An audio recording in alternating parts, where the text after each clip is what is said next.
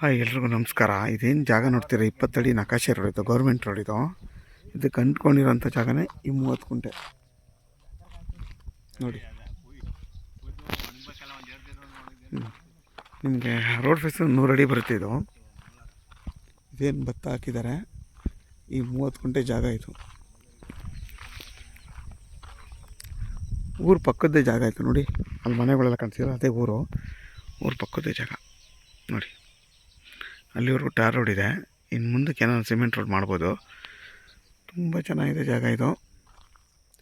ಯಾರು 30 ಗುಂಟೆ ಜಾಗ ಬೇಕು ಅನ್ನೋರು ನೋಡಿ, ಇದು ಒಳ್ಳೆ ಜಾಗ ಮಾಡ್ಕೊಳ್ಳಿ